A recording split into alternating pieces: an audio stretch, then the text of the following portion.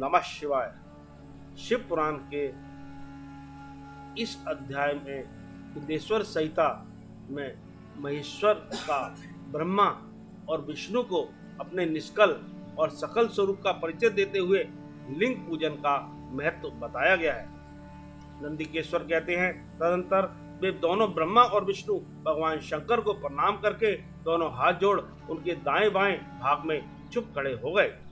फिर उन्होंने वहां साक्षात प्रकट पूजनीय महादेव जी को श्रेष्ठ आसन पर स्थापित करके पवित्र पुरुष वस्तुओं द्वारा उनका पूजन किया।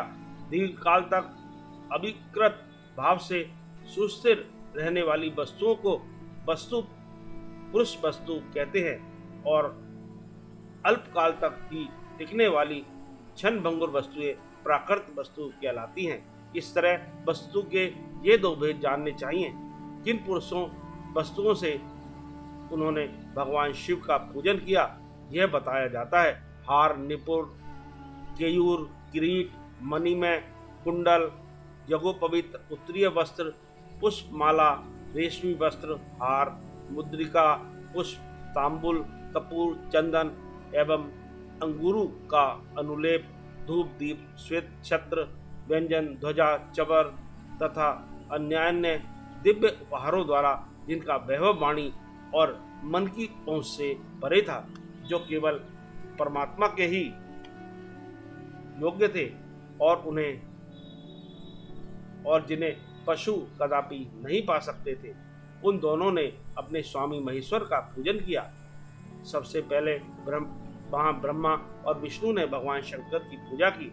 इससे प्रसन्न हो भक्ति पूर्वक भगवान शिव ने वहां नम्र भाव से खड़े हुए उन दोनों देवताओं से मुस्कुराकर कहा। महेश्वर बोले, पुत्रों, आज का दिन एक महान दिन है। इसमें तुम्हारे द्वारा जो आज मेरी पूजा हुई है, इसमें मैं तुम लोगों पर बहुत प्रसन्न हूँ। इसी कारण यह दिन परम पवित्र और महान से महान होगा। आज की यह तिथि शिवरात्रि के नाम से विख्यात होकर मेरे लिए परम प्रिय होगी। इसके समय में जो मेरे लिंग, निष्कल अंग, आकृति से रहित निराकार स्वरूप के प्रतीक वीर, सकल साकारात रूप के प्रतीक विग्रह की पूजा करेगा, वह पुरुष जगत की सृष्टि और पालन आदि कार्य भी कर सकता है।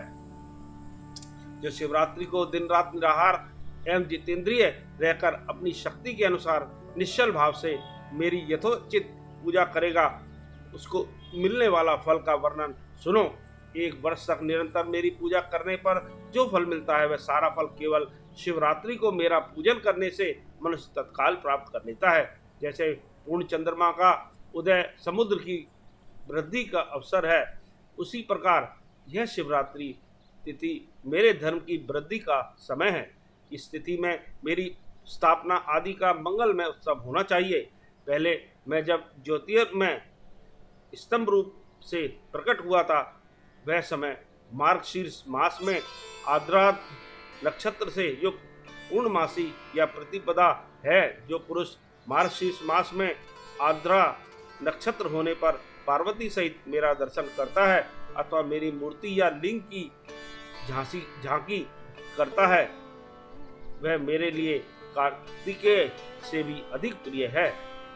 उस शुभ दिन को मेरे दर्शन मात्र से पूरा फल प्राप्त होता है। यदि दर्शन के साथ साथ मेरा पूजन भी किया जाए तो इतना अधिक फल प्राप्त होता है कि उसका वाणी द्वारा वर्णन नहीं हो सकता। वहां पर मैं लिंग रूप से प्रकट होकर बहुत बड़ा हो गया था, अतः उस लिंग के कारण यह भूतल लिंग स्थान के नाम से प्रसिद्ध हुआ। जगत के लोग इसका दर्शन और पूजन कर सकें, इसके लिए यह अनादि और अनंत ज्योति स्तंभ अथवा ज्योतिर्मय लिंग अत्यंत छोटा हो गया। यह लिंग सब प्रकार के भोग सुलभ कराने वाला है तथा भोग तथा मोक्ष का एकमात्र साधन है। इसका दर्शन, स्पर्श और ध्यान किया जाए तो यह प्राणियों को जन्म और मृत्यु के कष्ट से छुड़ाने वाला है। अग्नि के पहाड़ जैसा जो है शिवलिंग यहाँ प्रकट हुआ है, इसके कारण यह स्थान अरुणाचल नाम से प्रसिद्ध होगा। यहाँ अनेक प्रकार के बड़े बड़े तीर्थ प्रकट होंगे। इस स्थान में निवास करने या मरने से जीवों का मोक्ष तक हो जाएगा। मेरे 2 स्वरूप हैं, सकल और निष्कल। दूसरे किसी के ऐसे रूप नहीं है। पहले मैं स्तंभ रूप से प्रकट हुआ, फिर अपने साक्षात रूप से ब्रह्म भाव मेरा निष्कल रूप है, और महादेव और महेश्वर भाव सकल रूप है। ये दोनों मेरे ही सिद्ध रूप हैं। मैं ही परब्रह्म परमात्मा हूँ। कलायुक्त और अकल मेरे ही स्वरूप हैं। ब्रह्म रूप होने के कारण मैं ईश्वर भी हूँ। जीवों पर अनुग्रह आदि करना मेरा कार्य है। ब्रह्मा और केशव मेरे मैं सबसे बृहत और जगत की वृद्धि करने वाला होने के कारण ब्रह्म कहलाता हूँ। सर्वत्र समरूप से स्थित और व्यापक होने से मैं ही सबका आत्मा हूँ। सर्ग से लेकर अनुग्रह तक आत्मा या ईश्वर से भिन्न जो जगत संबंधी 5 कृत्य हैं, ये सदा मेरे ही हैं।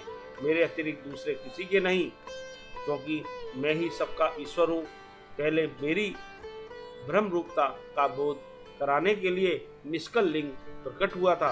फिर अज्ञात ईश्वर तत्व का साक्षात्कार कराने के निमित्त मैं साक्षात जगदीश्वर हो गया। जगदीश्वर हो सकल रूप में तत्काल प्रकट हो गया। अतः मुझ में जो ईशत्व है उसे ही मेरा सकल रूप जानना चाहिए, तथा जो यह मेरा निष्कल स्तंभ है वह मेरे ब्रह्म स्वरूप का बोध कराने वाला है। वह मेरे ब्रह्म स्वरूप का बोध कराने वाला है। यह मेरा ही लिंग है। तुम दोनों प्रतिदिन यहाँ रहकर इसका पूजन करो। यह मेरा ही स्वरूप है और मेरे समीप की प्राप्ति कराने वाला है। लिंग और लिंगी में नित्य अभेद होने के कारण मेरे इस लिंग का महान पुरुषों को भी पूजन करना चाहिए। मेरे यह लिंग की स्थापना करने का यह फल बताया गया है कि उपासक को मेरी समानता की प्राप्ति हो जाती है। यदि एक के बाद दूसरे शिवलिंग की भी स्थापना कर दी गई, तब तो उस उपासक को फल स्वरूप से मेरे साथ एकत्व रूप फल प्राप्त होता है।